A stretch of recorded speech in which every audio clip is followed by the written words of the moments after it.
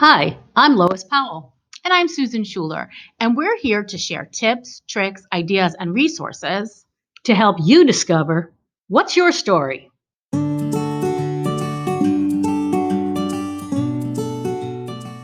Hey, Lois, how are you? I'm great, Susan. It's great to be back. It sure is. Happy 2022 to you and to everybody listening. Yes, indeed. Happy 2022. It's Yes. amazing to me. We have a lot of great ideas for a year of podcasts, genealogy research. Starting today, we're going to talk about some hints to help you be a better researcher. Common sense hints. Common sense, huh? Yes. That's what you want me to use. It is. It is. I think it would be helpful to your genealogy. Okay, we'll give it a try. Okay, let's do it.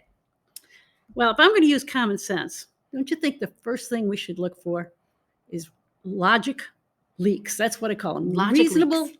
leaks in logic. I do. So, Got any examples of what would be a good leak in logic? sure. I had a relative who died in 1850.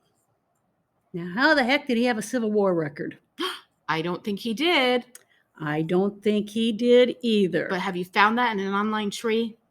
Never in an online tree. Well, I shouldn't say that. Actually, I found several things in online trees. Yeah. So None of them make us any common sense. no, but so be logical about those things. If he died in 1850, he should not have a Civil War pension attached to his tree. That's right. Right? Just Got makes another sense. example? I do. So let's say Mary was born in 1790 and her son Jack was born in 1800.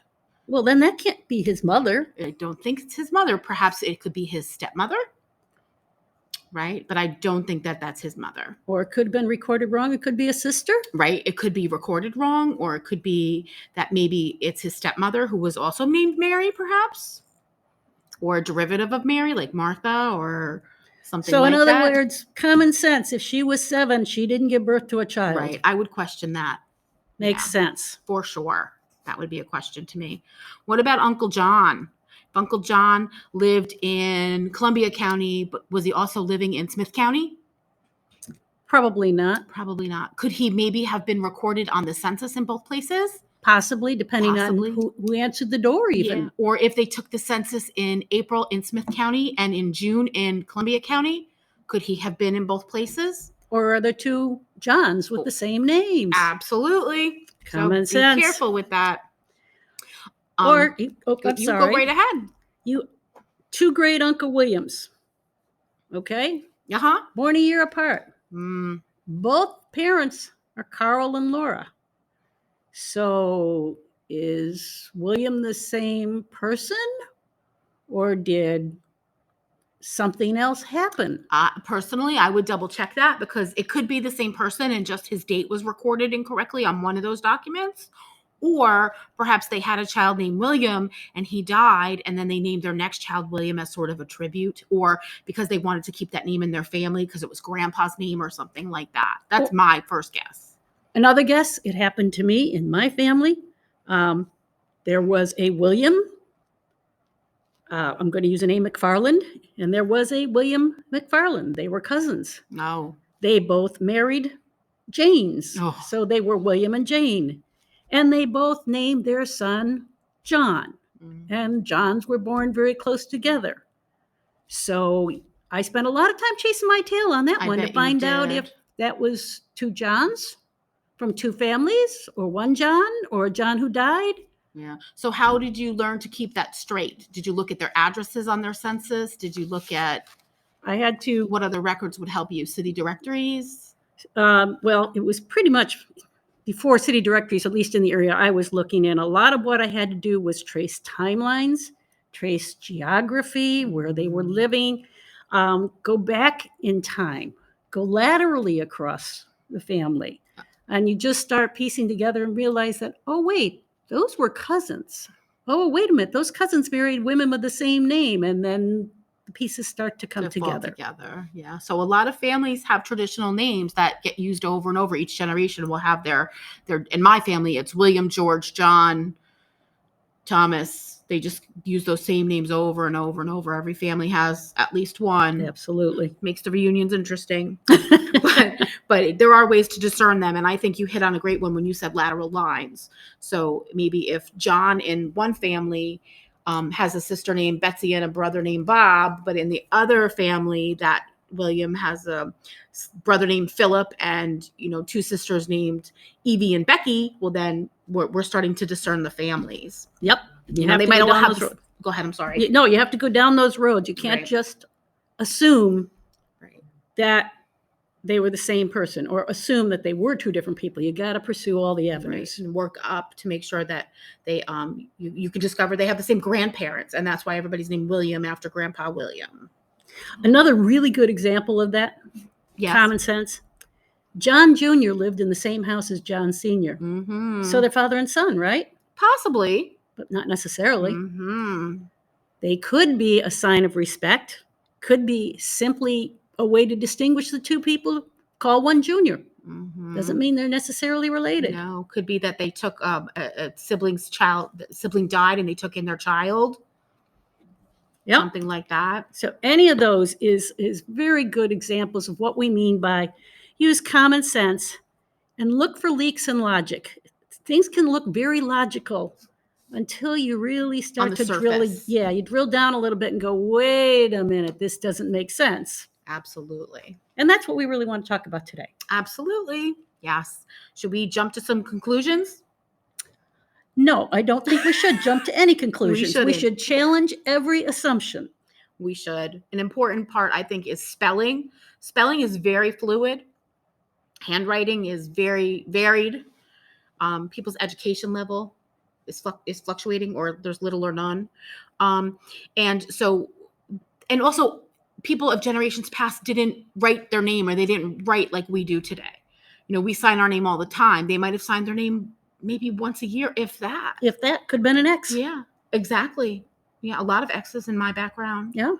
So if their name is spelled one way one year and another way another year, I have it with Schulers all the time because some of them, they have the C, some of them they don't.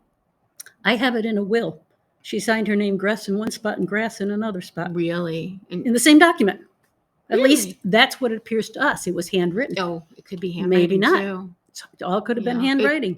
All these little hints that we're showing, I think, really reiterate how you have to be a detective. You have to be methodical. You have to really look at each document carefully.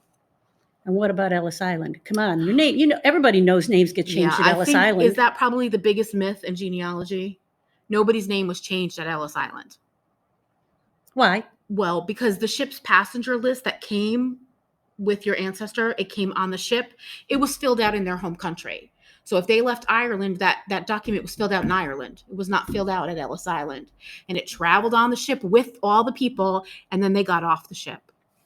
And the document got turned in at Ellis Island. But to add to that still doesn't mean that when I was in Ireland, I didn't want my name to sound Irish, and so I changed it on the passenger list. Possibly, but you did it. No. I did it when I gave my name to the clerk. Right. Or when I wrote it down, depending on how it was done. And I'm done. not saying accidents didn't happen. I'm sure if you said your name, the clerk wrote it down how they sounded it, how it sounded to them.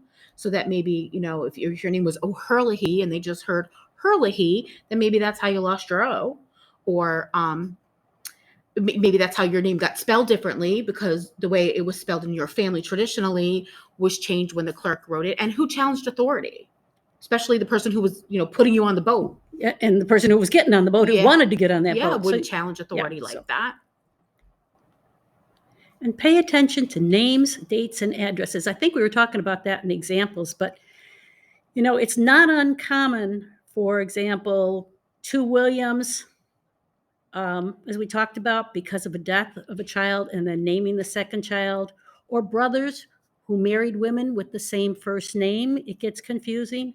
Or even a husband who loses their wife and then later married her sister. Sure. Those were very common practice in the old days. So you have to pay very close attention to names, dates.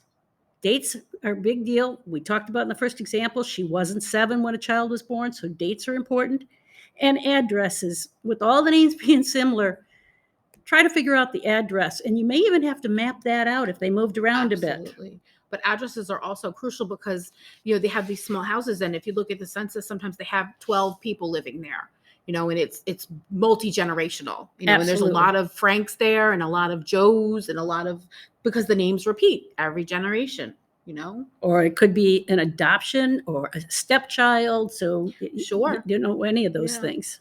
Lots of people, if your sibling dies, they take over raising the kids. My grandmother did that. My great grandmother did that multiple times. Yep.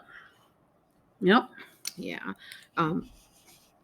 So resist the urge to simplify and merge. Clarify that for us, Lois, would you? Well, it's pretty easy. Yeah. I found two Williams, and they look like they were born roughly around the same time period, living in the same area. They're probably the same person, aren't they? Well, I don't think I would just assume that. I would do a little background before I decided. Were they both born in 1861? Were they both living in the same, not only the same area, but like the same specific area? Can you find parents' names or sibling names?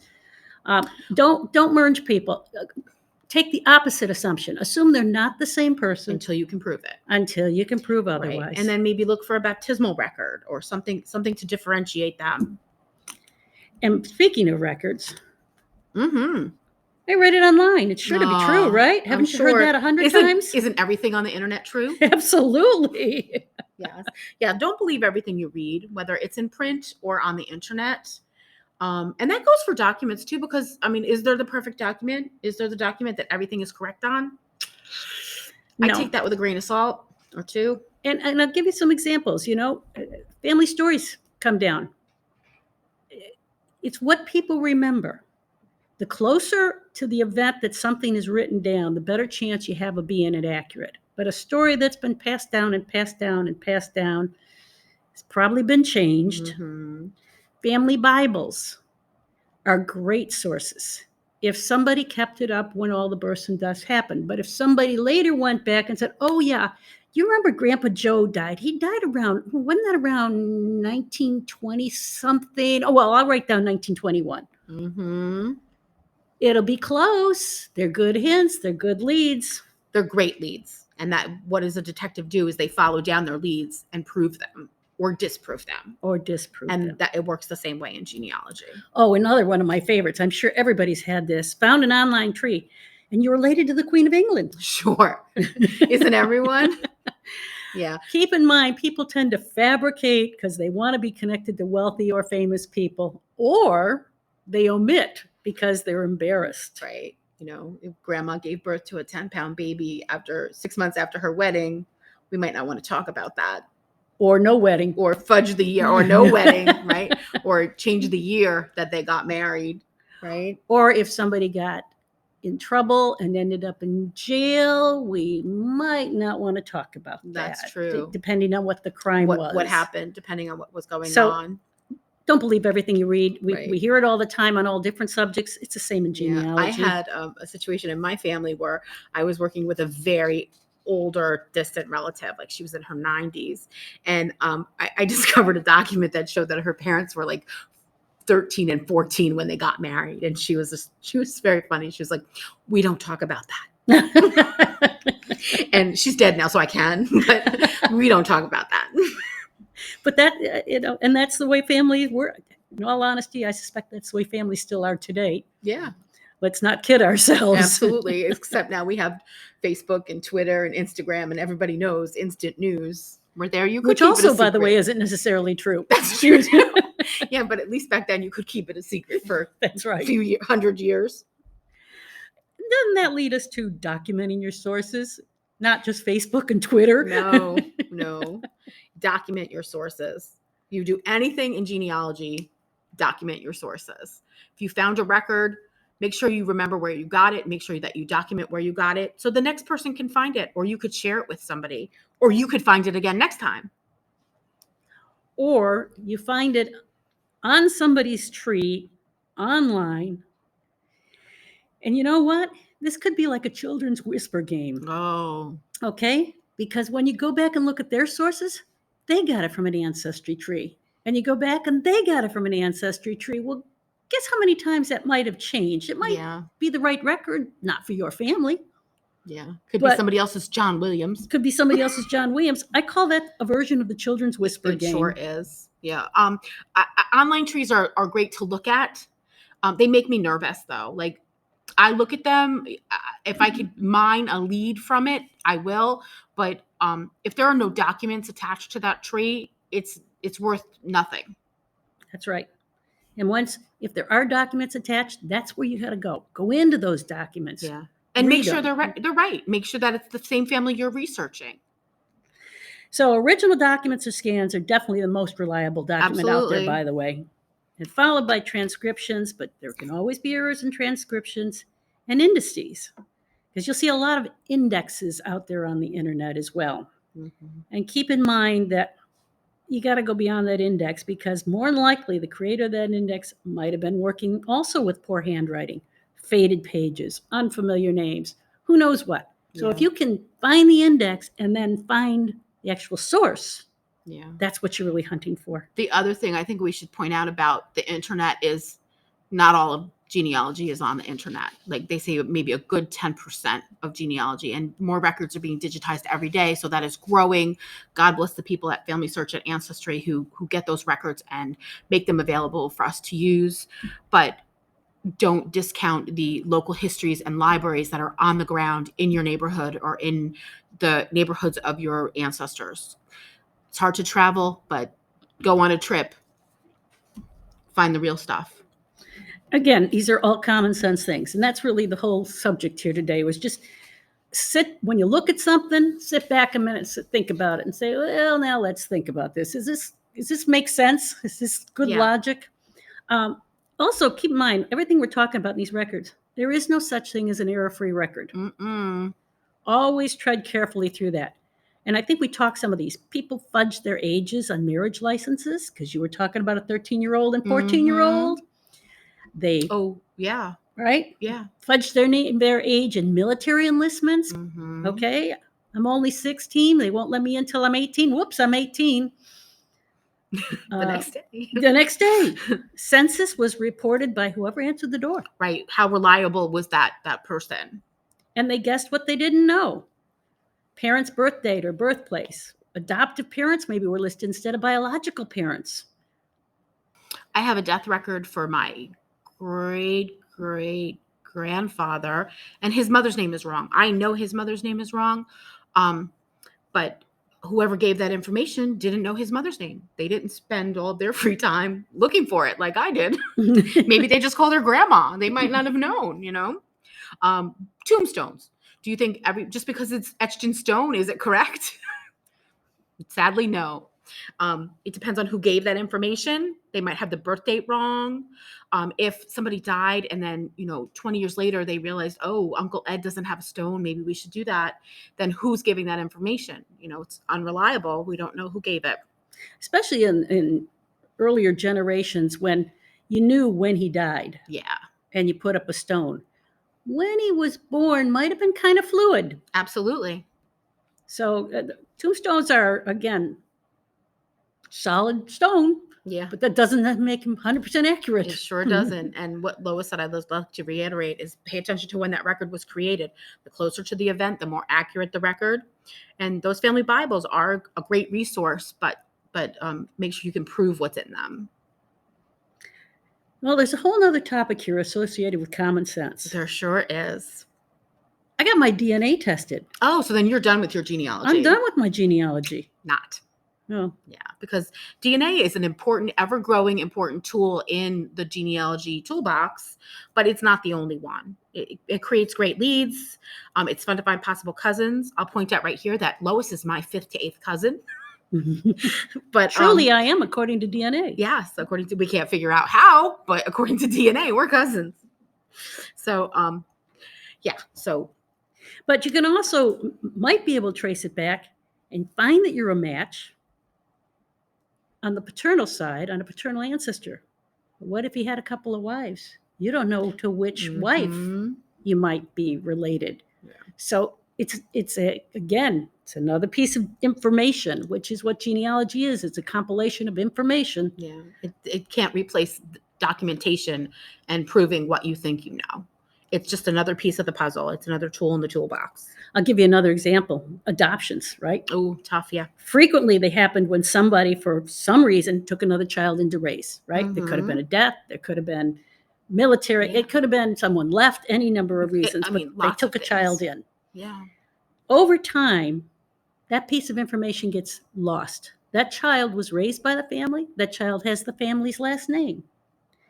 Now you go have a DNA test, and you may find out that that person isn't a match. And you're certain he's your third cousin. Yeah. You're absolutely positively certain of it. And that could be a shock to a lot of people if they were not privy to that information when it happened. And I mean, there's another prime example of family secrets or people not telling the truth for whatever reason. You know, I mean, that person could be the product of rape, and maybe that's not something anybody wants to talk about. So DNA, it's another piece of information. Use that common sense when you're working with it. Mm-hmm. And be careful. Be mindful of other people's feelings. Absolutely. You know? That's a very good tip. Because there can be some surprises, and they're not always pleasant. No, not at all. So, Lois, what's the best way to use common sense and be strategic in my genealogy? How should I start each day when I get up to do some genealogy?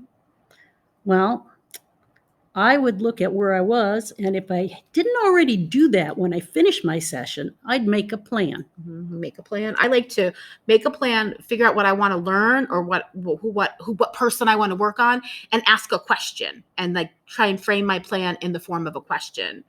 Like, who is the father of George Cassidy? Something that like like an identity question or location question, something that I think I can find the answer to. Or you could go right back to our first example. Mary was not 7 when her son John was born. Right. If she was born in, what'd you say, 1890, and he was born in 1896 or 1897. So the question is, who was Mary? Or the question might be, who was John's mother? Yeah. You know, figure out the question you want to ask. Yeah, perfect question. And then while I'm trying to answer that question, I keep a log, and it's not fancy. It's not big. It's where I looked. So I'll write down every record that I looked, and I'll write the day that I looked, because documents are always being added. So if I look today, 6 months from now, there might be new records in that. And I don't want to keep searching the same thing, but I want to know if they've added information. Or life happens and you don't get back to it for 6 months and you can't remember where you looked. That's more likely in my world. One of my favorite things to do, especially when I'm stumped or just feel like I have no like a brick, I'm hitting a brick wall, is I'll take that person and I'll make a timeline. Okay, birth, and then their whole life, every kid they ever had, their marriages, everything I can get my hands on. And then I'll see where my holes are, and I'll try and work on those. I think it's a great idea. It's a great way to do what? To work smarter. Work smarter, not harder. Not harder. And use your common sense. Absolutely. Logic is great, except when you can poke holes in it. Right, exactly. But I mean, genealogy is, for me, it's the most exhilarating, fun thing that I do. And you get on there and you're finding all these pieces. It's very easy to follow those bright, shiny objects down a rabbit hole, and then you're way off course. I think the more I plan and know what I want to answer, the less likely I am to do that. That doesn't mean I don't, when I see a bright, shiny object, I do write it down so I could get to it the next time. And then that might be my question for the next time I have some time to sit down and do some research. I think that's about it for what I got today. I think we gave some pretty good tips, some solid tips. And I hope that helps everybody out there. When you see some information, take a second eye to it and say, does that really make sense to me? Is that logical? Good luck, everybody. Get some good research done, and we'll see you next time.